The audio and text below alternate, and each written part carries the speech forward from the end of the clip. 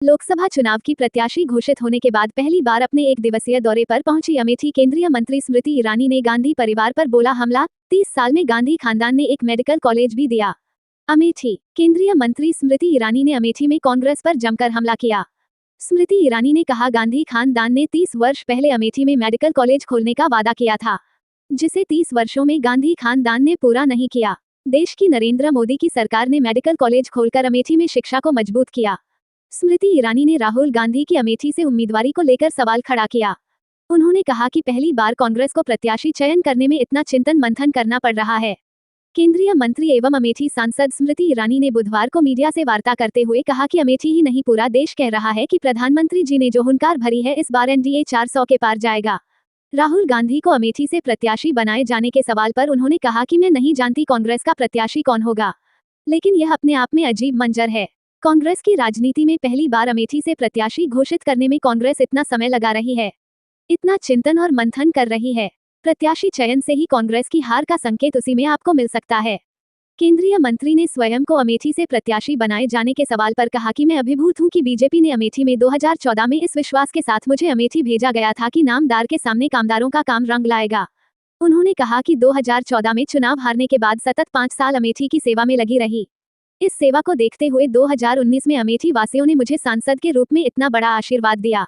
केंद्रीय मंत्री ने सरकार की योजनाएं गिनाते हुए कहा कि 5 वर्षों में मोदी जी के सानिध्य में 1 लाख से ज्यादा परिवारों को घर मिला, 4 लाख परिवारों को नल मिला, 2.5 लाख से अधिक परिवारों को गैस का कनेक्शन मिला, 3 लाख परिवार ऐसे जिन्हें किसान सम्मान निधि मिली। उन्होंने कहा कि 30 वर्ष पहले अमेठी में गांधी खानदान ने मेडिकल कॉलेज बनाने का वादा किया था, लेकिन उसे वादे की पूर्ति गांधी खानदान ने नहीं कर पाई। लेकिन नरेंद्र मोदी ने अमेठी के इतिहास में पहली बार मेडिकल कॉलेज देकर यहां शिक्षा की व्यवस्था को मजबूत किया। अमेठी अपने इतिहास में पहली बार इन 5 वर्षों में एक्सप्रेसवे से जुड़ी। किसान विकास केंद्र खुला, इसके साथ ही सॉइल टेस्ट केंद्र खुला। यहाँ 2014 के पहले कभी खाद की रैक नहीं उतरी थी। यहाँ बहुत सारे विकास कार्य ऐसे हैं जिनको बीजेपी की सरकार में किया गया। इसके पूर्व केंद्रीय मंत्री स्मृति ईरानी ने अंबेडकर स्टेडियम में सांसद खेल कूद महिला प्रतियोगिता की विजयी प्रतिभागियों को पुरस्कार देकर सम्मानित किया। स्मृति ईरानी ने लोकसभा क्षेत्र के 5 विधानसभा क्षेत्रों में महिलाओं को सम्मानित किया। इस दौरान केंद्रीय मंत्री 270 करोड़ की परियोजनाओं का शिलान्यास एवं लोकार्पण किया। लोकसभा प्रत्याशी घोषित किए जाने के बाद पहली बार अमेठी पहुंची केंद्रीय मंत्री स्मृति ईरानी का बीजेपी कार्यकर्ताओं ने ढोल नगाड़ों के साथ स्वागत किया। बीजेपी जिला पंचायत अध्यक्ष राजेश अग्रहरी एवं बीजेपी नेता अमरेंद्र सिंह पिंटू ने हजारों कार्यकर्ताओं के संग स्मृति ईरानी का फूल मालाओं से भव्य स्वागत किया। फिर से जो है अमेठी का आप एक बार फिर से बीजेपी ने आपको जो है अमेठी का लोकसभा प्रत्याशी बनाया है, ऐसे में इसको कैसे देखती हैं? मैं अभिभूत हूँ कि एक सामान्य कार्यकर्ता को देश की सबसे चुनौती भरी एक लोकसभा क्षेत्र में साल 2014 में इस विश्वास के साथ भेजा गया था कि नामदार के सामने कामदारों का परिश्रम रंग लाएगा।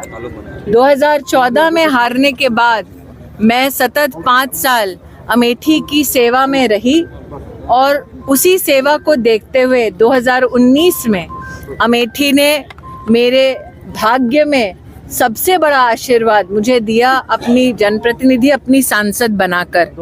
गत 5 वर्षों में प्रधानमंत्री मोदी जी के सानिध्य में अमेठी में 1 लाख से ज़्यादा परिवारों ने अपने लिए घर पाया। 4 लाख परिवारों ने जीवन में पहली बार अपने घरों में नल पाया। 2.5 लाख से ज़्यादा परिवार ऐसे जिन्होंने गैस का सिलेंडर पाया। 3 लाख परिवार ऐसे जिन्होंने किसान सम्मान निधि पाया।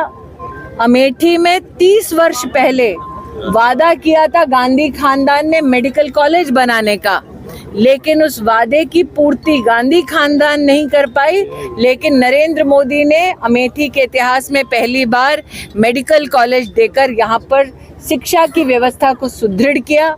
अमेठी अपने इतिहास में पहली बार एक्सप्रेसवे से जुड़ी इन 5 वर्षों में। अमेठी में पहली बार किसान विकास केंद्र खुला, साथ ही सॉइल टेस्टिंग लैब खुला। ये हम सब के लिए आश्चर्य की बात थी कि अमेठी में मेरे यहाँ आने से पहले कभी खाद की रैक तक नहीं उतरी थी जिला मुख्यालय पर। ऐसे कई काम हैं विकास के जो हम बड़े ही गर्व के साथ पूर्ण निष्ठा से काम करने के बाद जनता के सम्मुख प्रस्तुत कर सकते हैं। और इसी के चलते पार्टी ने पुनः हमें अमेठी की जनता का सेवा का मौका दिया है।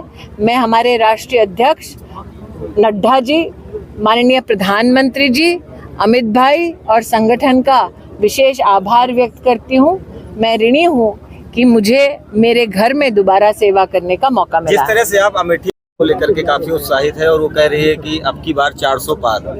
अमेठी ही नहीं, पूरा देश कह रहा है, जो प्रधानमंत्री जी ने हुंकार भरी कि अब की बार एनडीए 400 पार। दीदी, खबरें आ रही हैं कि राहुल गांधी अमेठी और वायनाड दोनों सीटों से चुनाव लड़ने जा रहे हैं। मैं नहीं जानती कांग्रेस का प्रत्याशी कौन होगा, लेकिन ये अपने आप में बहुत ही, मुझे लगता है कि एक अजीब मंजर है कांग्रेस की राजनीति का। पहली बार अमेठी से प्रत्याशी घोषित करने में कांग्रेस इतना समय लगा रही है, इतना चिंतन और मंथन कर रही है। कांग्रेस की हार का संकेत आपको उसी में मिल सकता है। धन्यवाद, थैंक यू। भैया, सांसद जी टिकट मिलने की पहली बार आई हैं, हजारों की संख्या में लोग स्वागत के लिए तैयार हैं, किस तरीके का कार्यक्रम है? भाई साहब, आप पत्रकार बंधु हैं, मीडिया के लोग हैं, हमने भी अपने जीवन में आज तक इतना लगाव जनता का अपने नेता के प्रति नहीं देखा था। आज यह लगाव जो है वो काम का है, विश्वास का है और मोदी के सम्मान का है। दीदी स्मृति ईरानी द्वारा आपातकाल में, विपत्ति काल में जो यहाँ की जनता के साथ बढ़ चढ़ कर सहयोग किया गया, आज उसी का प्रतिफल जो आप देख रहे हैं। ये सब दर्जनों प्रधान, बीडीसी, डीडीसी अपने समर्थकों के साथ दीदी का इस्तकबाल करने आए हैं। सब पैदल चल के आ रहे हैं, 2-2, 3-3 किलोमीटर। आप देख सकते हैं, ये सब घरेलू लोग हैं। और मेरा अपना मानना है कि इस बार तो ऐसा रिकॉर्ड टूटेगा, न भूत और न भविष्यति। कांग्रेस ने राहुल गांधी के चुनाव लड़ने की घोषणा की है। लोकतंत्र है, सबको अधिकार है, लेकिन यहाँ जीत मोदी के उस नारे की होगी, 4 की बार 400 पार, और उसमें सबसे अव्वल होगा अमेठी लोकसभा। इतनी भीड़ दिखाई दे रही है, क्या लगता है ये शक्ति प्रदर्शन है?